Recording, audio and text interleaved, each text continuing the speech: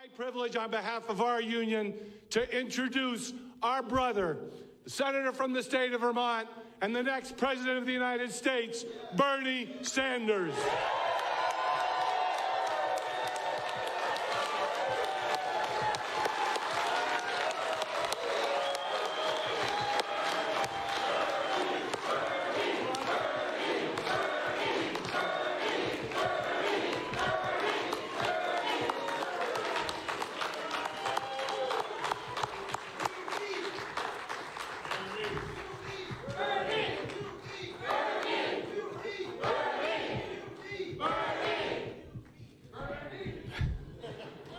Brothers and sisters, thank you so much.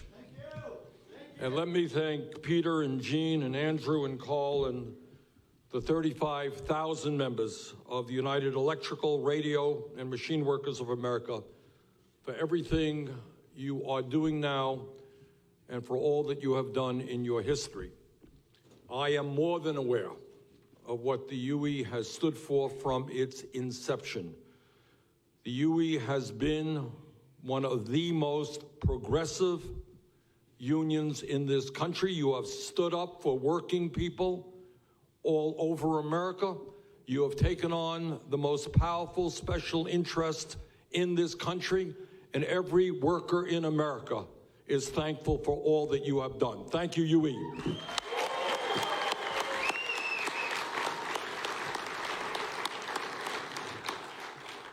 And let me also say it is an honor to be here, because if there was ever a time in the history of this country when the working class of America had to stand up and tell the corporate elite that this country belongs to all of us and not just the 1%, this is that moment.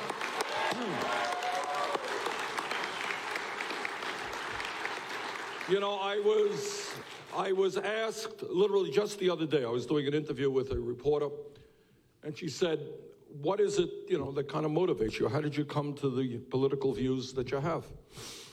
And I thought hard, because it's hard for any of us to know really what are the forces in our lives that shape us. But this I do know. I grew up in a 3.5-room rent-controlled apartment in Brooklyn, New York. And my family, we were never poor, but we never had a whole lot of money. And the struggles that my parents went through and the tension within our family for not having enough money, and the fact that my mother dreamed that one day we would move out of that rent-controlled apartment and get into a home of our own, that was always there, and she never lived long enough to see it. Didn't happen. But what my family experienced, what your families are experiencing, what millions of families are experiencing today is the struggle to live in dignity, the struggle to put food on the table, the struggle to know that when you get old, you can retire with a shred of respect. The struggle to know that if you get sick, health care will be there for you, that you can afford prescription drugs.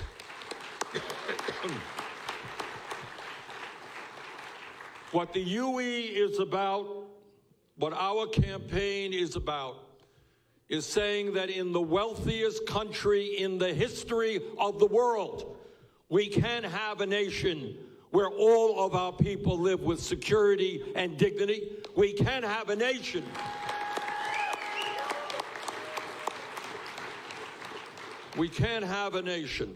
which does not have a huge gap between the very rich and everybody else, where income and wealth inequality is growing, where 3 people own more wealth than the bottom half of America.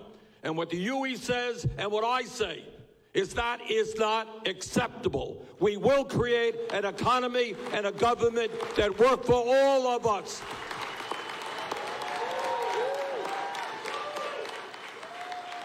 We are not talking about pie in the sky.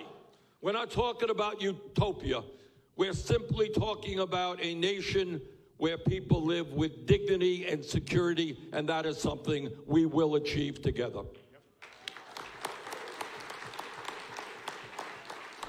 And before I get into the thrust of my remarks, I want to say this as well. I see my role as President of the United States, not somebody who says, well, we got the unions here, we got corporations here, let's sit down and negotiate. I see my job as President of the United States to stand with the working class of this country.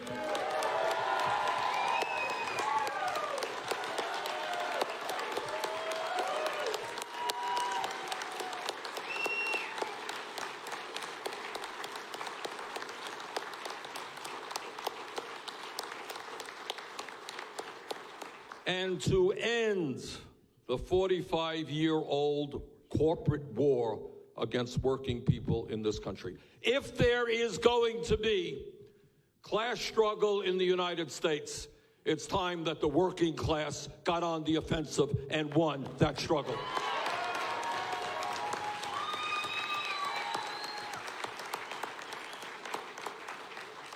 Let me begin by congratulating UE Local 506. UE Local 618. And all of you who were involved in the historic and successful strike against the greed of the executives at Wabtec in Erie, Pennsylvania.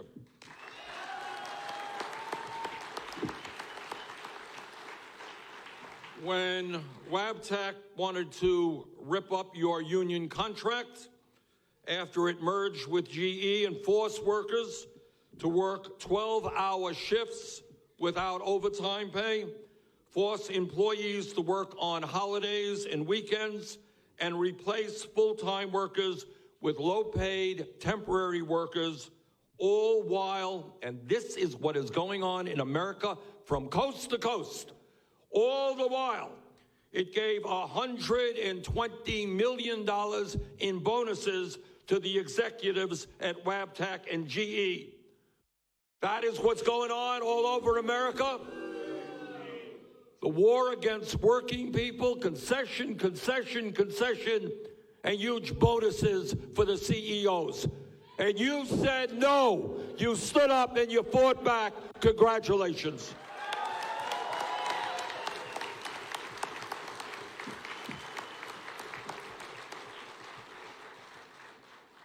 Your victory is not only a win for the workers at Wabtec, but for workers all across this country who are sick and tired of seeing their standard of living decline, sick and tired of givebacks on health care, give back on wages as a result of corporate greed.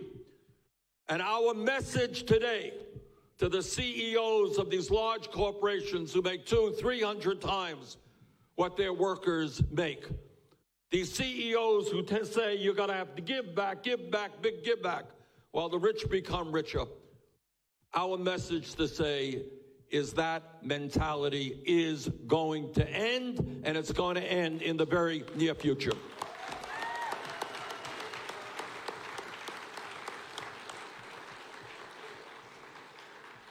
I know that I do not have to tell anyone in this room that over the last 40 years, the middle class of this country has been in decline, and we have seen a massive transfer of wealth from working families to the top 1%. Now, that's something you don't read about in the papers, you won't see on television very much.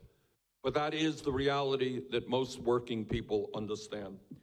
Today, at a time when millions of our fellow Americans are working 2 or 3 jobs to feed their families, the 3 wealthiest people in this country own more wealth than the bottom half of American society. Where is the outrage? This is called oligarchy, not democracy. We do not accept it.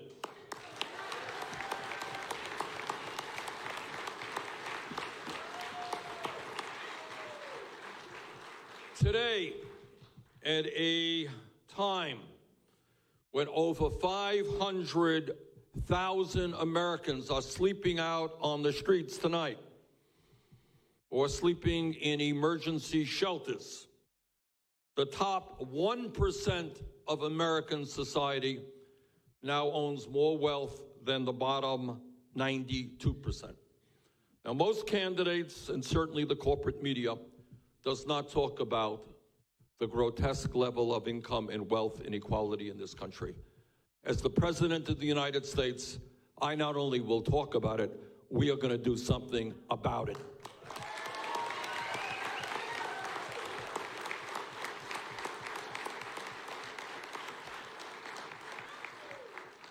Today, over half of the people in our country are living paycheck to paycheck and are living under enormous stress.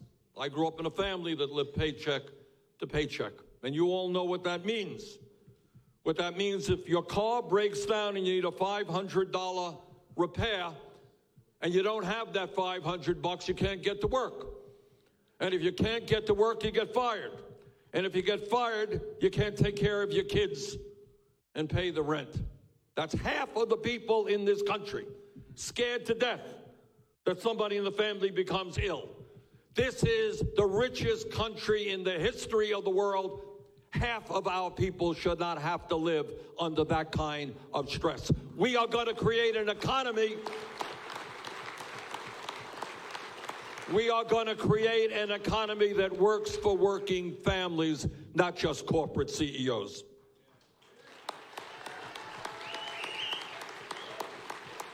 Meanwhile, and here's the point to be made, while the middle class struggles, while 40 million people live in poverty, while 500,000 people sleep out on the streets, the very wealthiest people in this country are richer than they have ever been before, and large corporations are enjoying record-breaking profits.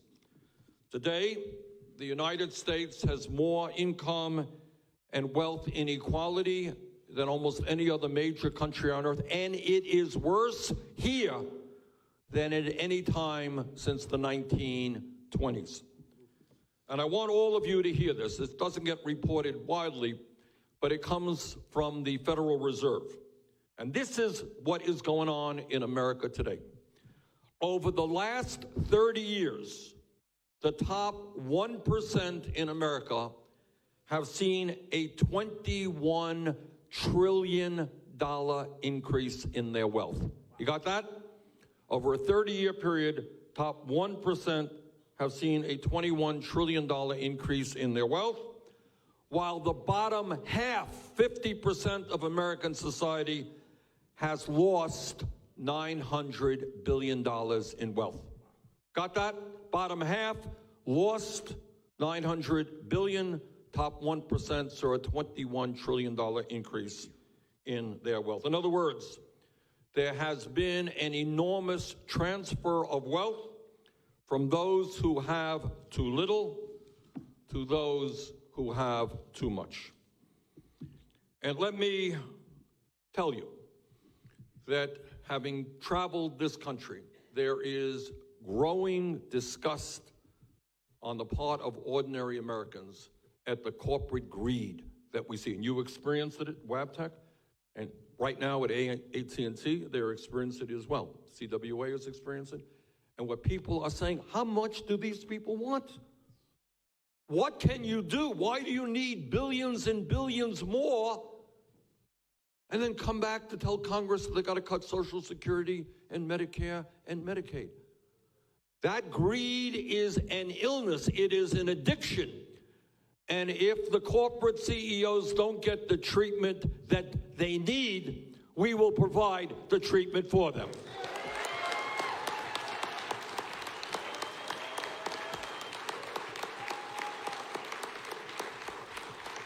The American people are sick and tired of large, profitable corporations shutting their plants down in the United States, even when they are profitable, throwing American workers out on the streets as they move to Mexico, China, and other low-wage countries. The American people want fair trade policies that work for workers, that work for farmers, not unfettered free trade that benefit the wealthy and CEOs of large corporations.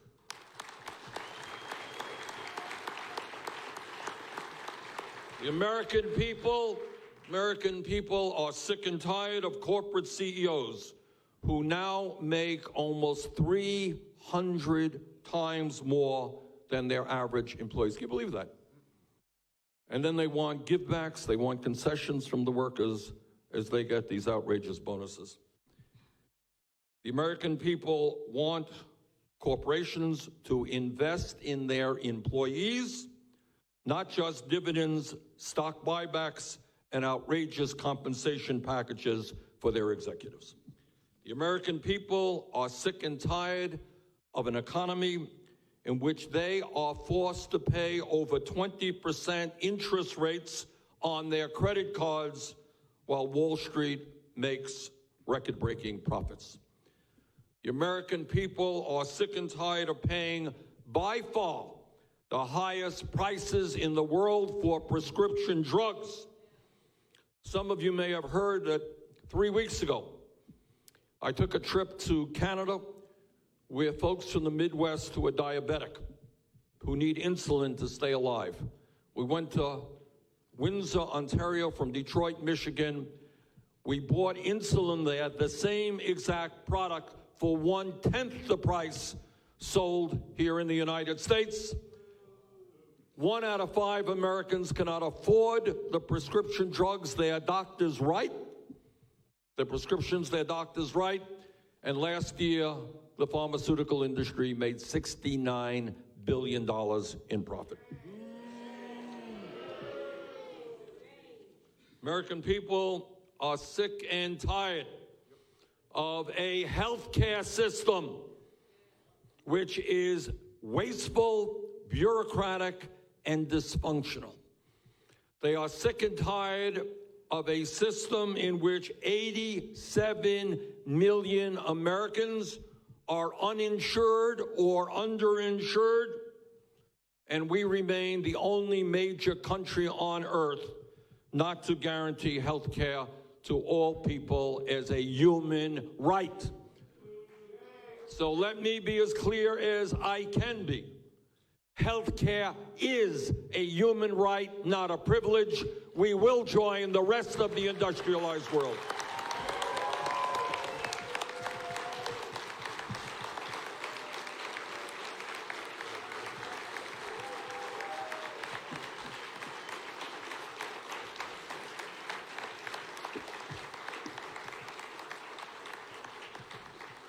Brothers and sisters, it goes without saying that together we must and will do everything we can to defeat the most dangerous president in the history of this country.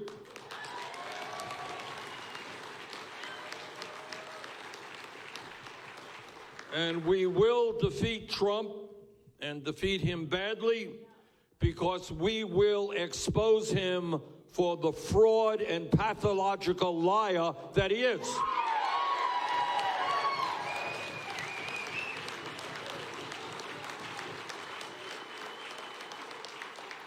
Now, all of you here in Pennsylvania and all over the country, people remember what Trump said on the campaign trail when he was running for president. Trump told the American people that he was going to be a champion of the working class. Remember that? Yep. Well, that is just one of the many thousands of lies that he has told. He told the American people that he would provide health care to everybody. Remember that? Well, you don't provide health care to everybody by trying to throw 32 million people off the health care they currently have. Trump said that he was a different type of Republican, that he would not cut Medicaid or Medicare or Social Security. Well, that was another lie. If you look at his last budget, he proposed a $1.5 trillion cut to Medicaid, an $845 billion cut to Medicare, and tens of billions of dollars in cuts to Social Security. Trump said that his tax bill would not benefit the wealthy. You remember that? Yep. Hey, Trump said, I'm a billionaire. We're not going to pass a tax bill that will benefit the rich. Well, he lied again. As all of you, known as the American people, know, Trump's tax bill provided 83% of the benefits to the top 1% over a 10-year period. When he ran for president, Trump said he would stand up to Wall Street and drain the swamp. Yep. Well, turns out that Trump has brought more billionaires and Wall Street executives into his administration than any president in history. Let me talk about something that we do not talk about very much in Congress or in the media, and that is the retirement crisis facing millions of workers today. And here is the bottom line. This is rather extraordinary, but it's true.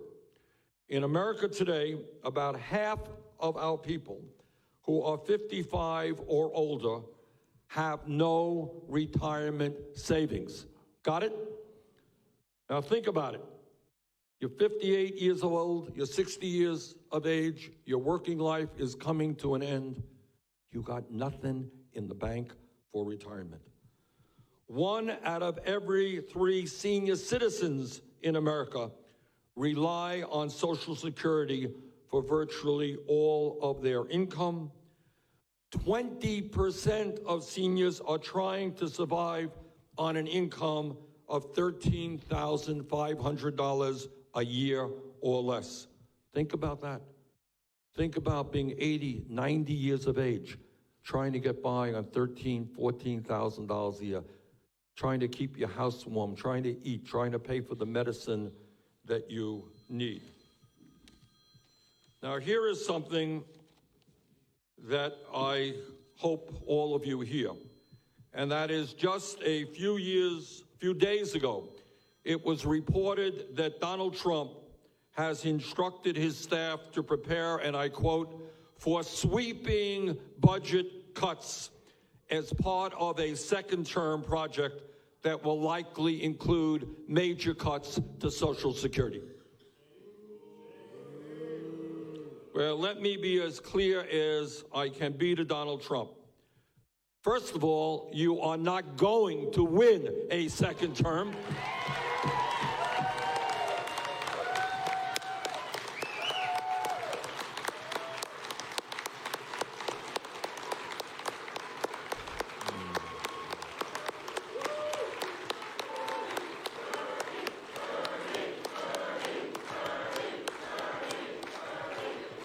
So Mr. Trump can save his staff a whole lot of time. You don't have to prepare cuts for Social Security or for anything else, because you ain't going to be around to implement those cuts.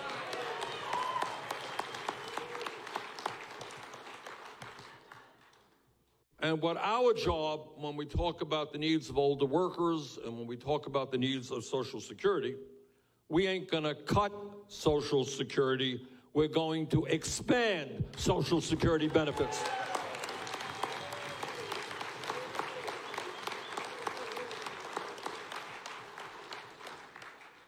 Furthermore, we have got to do more than that, as we appreciate that we are living in a nation where people are getting older and more of our people are older. We have also got to protect and expand the defined benefit pension benefits of the American worker. And when I am in the White House, that is exactly what we will do.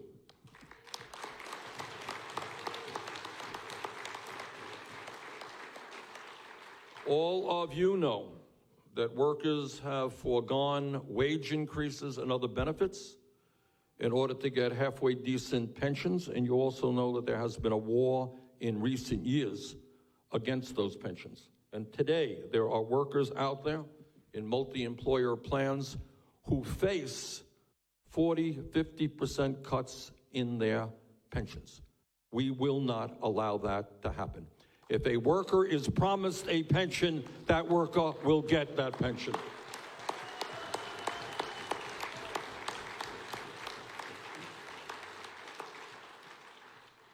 And let me also tell you, and you are the last person on earth that I have to say this to, is that the future of the American middle class depends upon our ability to grow the trade union movement in this country.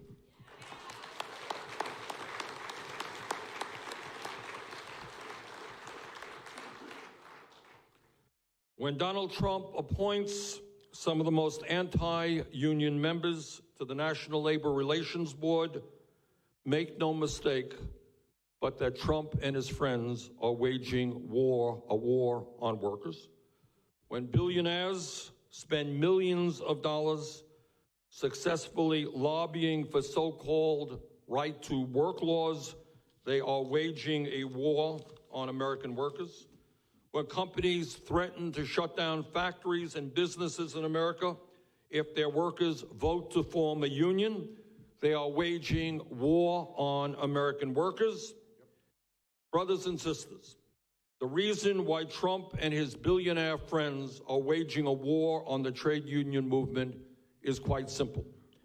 In America today, union members earn 22% more on average than non-union workers. In America today, 72% of union workers have a defined benefit pension plan that guarantees an income in retirement compared to just 14% of non-union workers. The trade union movement today is the last line of defense against the greed of the billionaire class, and that is why we are going to grow the trade union movement.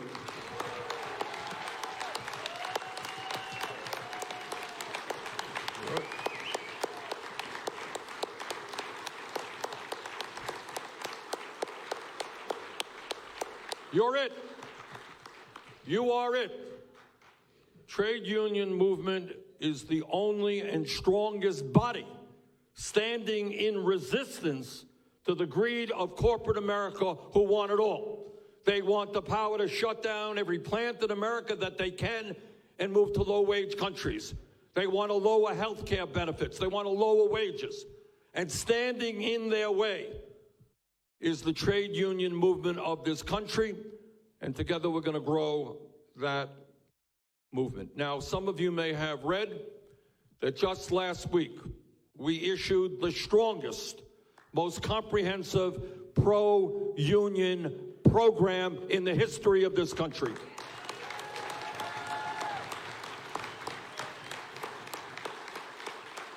And our goal is ambitious. Our goal understands that there are millions of workers in this country who want to join a union, but because of the current rules and conditions, they are unable to do so. And we're going to change that. Our goal is, and it's an ambitious goal, is that in the first 4 years of a Sanders administration, we are going to double the number of workers in unions in America.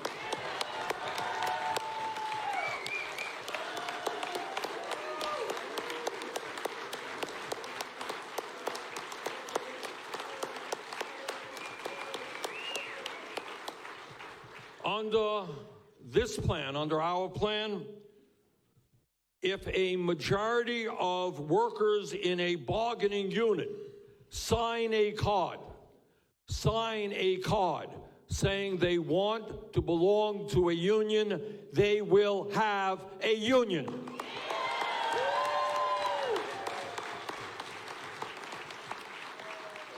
And if, as is the case right now, employers, bosses refuse to negotiate in good faith a first contract, we will impose strong penalties on those companies.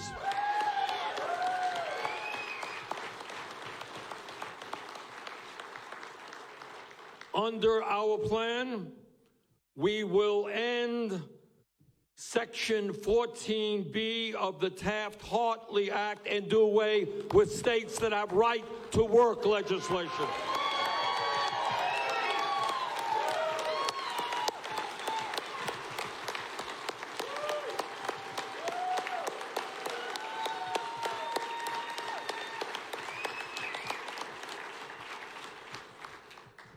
Under our plan, we will never allow a company like Wabtec to abrogate an existing union contract during a merger or a hostile takeover.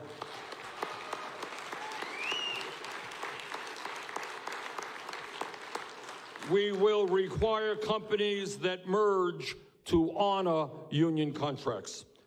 Under our plan, companies, and this is a big deal, will no longer be able to ruthlessly exploit workers by misclassifying them as independent contractors or deny them overtime by falsely calling them a supervisor.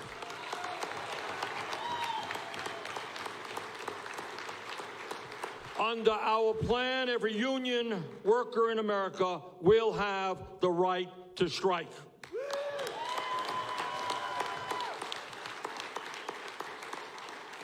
And we will ban the replacement of striking workers once and for all.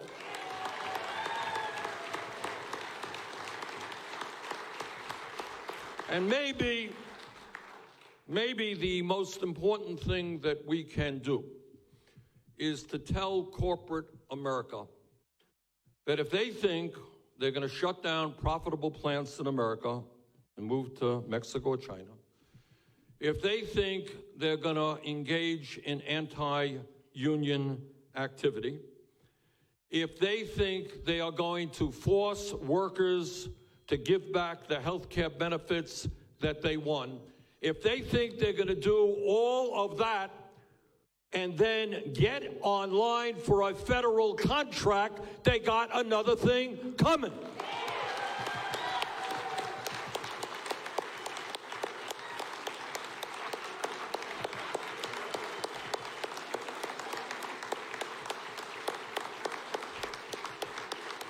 It is simply unfair. It is simply unfair that you got one company over here that is trying to do the right thing by its workers, treats its workers with respect, pays them decent wages, decent benefits. And you got another company over here who forces concessions from workers, moves abroad, and this company thinks it's going to get to the head of the line to get a federal contract. That will change. We demand that corporations in this country treat their working people with respect and dignity. That's what the taxpayers of this country want.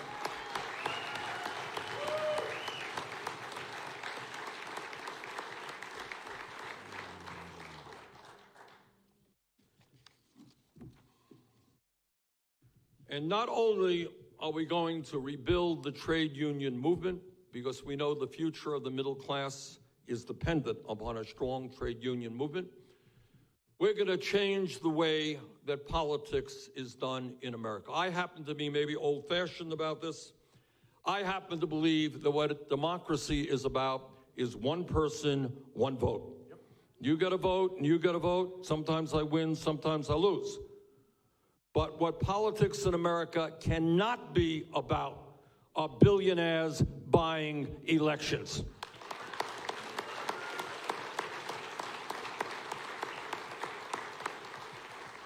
And that is why we will overturn Citizens United Supreme Court decision.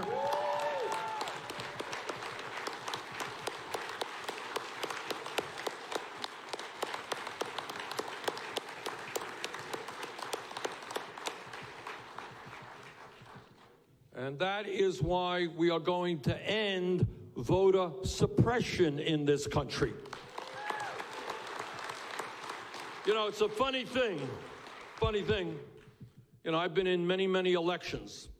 It has never, ever occurred to me to figure out a way how I can keep people who might be voting against me from participating in the political process. I have the confidence that my ideas will carry the day.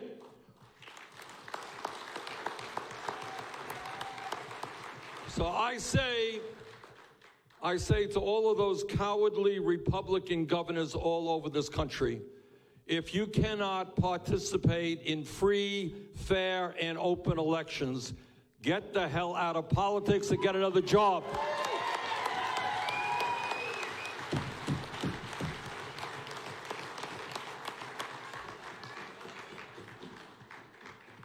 Brothers and sisters, we are in a pivotal moment in American history. We have a president who is not only a pathological liar, but we have a president who is doing something that no president in my lifetime has ever done.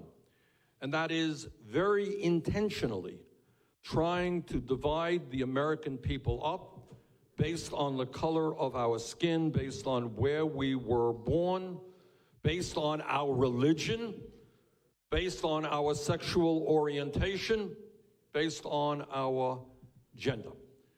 And Trump thinks that he is going to win re-election by doing that. Well, we got some bad news for Trump. We know that when we bring our people together, black and white and Latino, Native American, Asian American, when we bring our people together, native born and immigrants, gay and straight, when we bring our people together around a progressive agenda that works for the working families of this country, nothing will stop us from securing victory.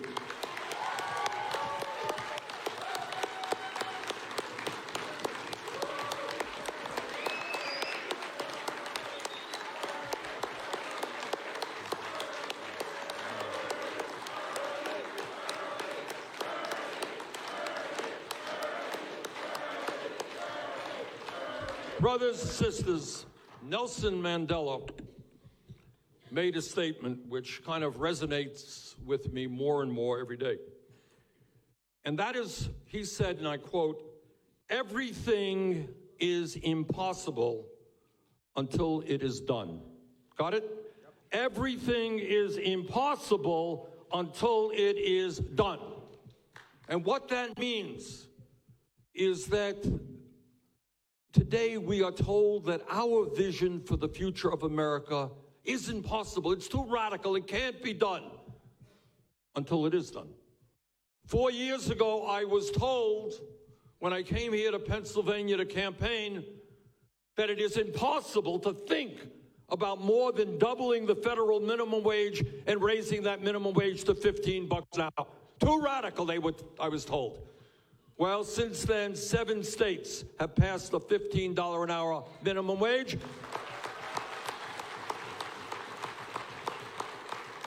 And so has the United States House of Representatives. 4 years ago, I was told that it was too radical to suggest that we should make public colleges and universities and trade schools tuition free. And yet all over the country, that is exactly what is happening today. 4 years ago, I was told that it was too wild an idea to suggest that health care is a human right, and yet today, poll after poll shows the American people support a Medicare for all single-payer program.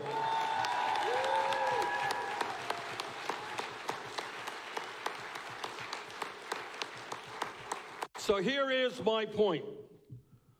The establishment fights us every single day in many, many ways, but the most insidious way is when they belittle our possibilities for the future. That is the most insidious attack against us. They say, think small, not big. You can't accomplish very much in your lifetime. Well, let me suggest the opposite. This is the wealthiest country in the history of the world. We will join every other nation on earth, major country on earth, and guarantee health care to all people as a human right.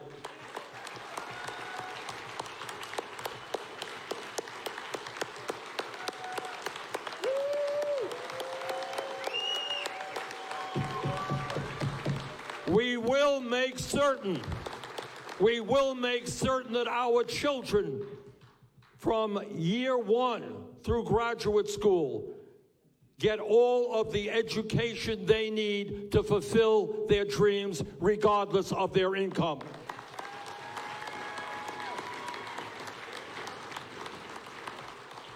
We will make sure that every worker in America earns a decent wage, not a starvation wage. We will lead the world and create millions of jobs by transforming our energy system away from fossil fuel, by combating climate change. And when we do that, we're going to create a whole lot of very good jobs. We will lead in this country in transforming our very broken criminal justice system and our broken immigration system. And we will make sure that every woman in this country has the right to control her own body and not politicians.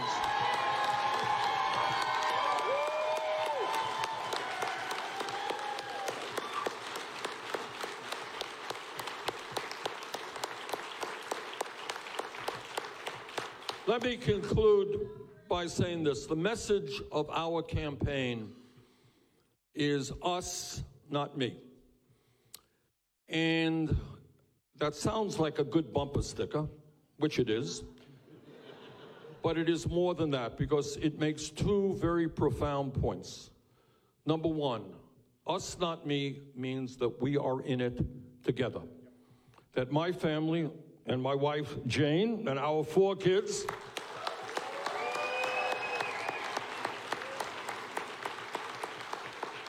our job as Americans is to be concerned about your family and your family and your family, and your job is to be concerned about my family and my 4 kids and my 7 grandchildren. That means we are in this together. But the second point, which the UE understands, but not a lot of Americans do understand, is that no president, not Bernie Sanders or anybody else, no president, no matter how well-intentioned he or she may be, can do it alone. Why not? Why can't a president just go in and do A, B, C, D, all of the great things we want done? Because you know and I know what the power structure of America is about. You know that in Wall Street, you got a half a dozen banks that have assets equivalent to 50% of the GDP in America, over $10 trillion, half a dozen banks. You know the power of the insurance industry and the drug companies who made $100 billion last year alone. You know the power of the fossil fuel industry. You know the power of the corporate elite and the enormous influence they have over the media, over Congress and state governments, and over the political process with their campaign contributions. That's what we're up against. So today I am asking for your help to help me win the Democratic primary here in Pennsylvania and in other states. I am asking for your help to win the Democratic nomination.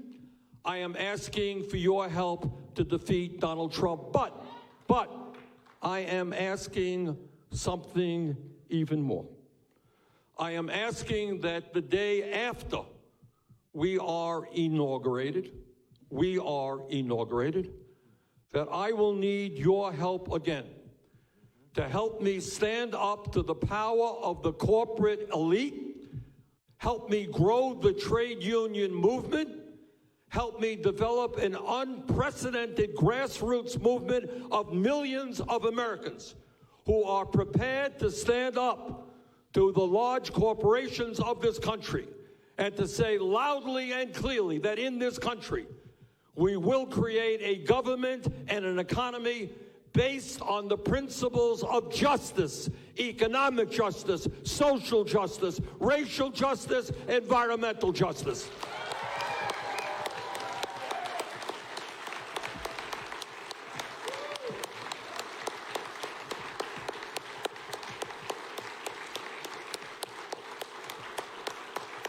Brothers and sisters, this campaign is not just about us. It is about our kids. It is about future generations. It is about whether we will have a vibrant democracy or move into an authoritarian type society. It is about whether we will continue to engage in endless wars. It is about whether we save this planet and make it healthy and habitable for our kids and future generations. Brothers and sisters, this is an unprecedented moment in American history. We are in a struggle for the future of this country. It is a fight that we cannot and will not lose. Thank you all very much.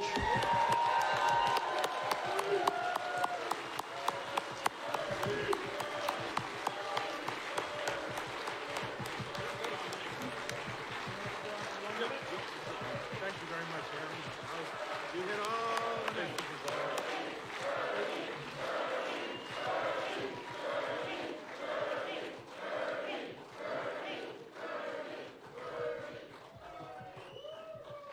So we got a couple minutes, and we said don't bum rush the stage to get pictures with Bernie because he's got to go to South Carolina. Sister Sanders, come on.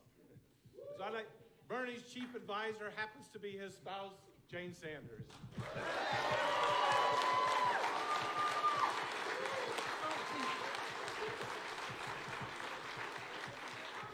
So we had a little discussion today, earlier this morning, while you were probably having coffee, probably already working. You've probably been up since 4. And we had a little discussion about our independent rank and file political action resolution. We went through it. We got some swag out there you can take with you if you want. But I figure our biggest gift to you is to, number one, hand this resolution to you. And we discussed the resolution, and people asked that there be a special order of business before this convention. A motion would be in order to endorse the candidacy of Bernie Sanders for President of the United States. Is there a second? All those in favor say aye. Aye. Approved.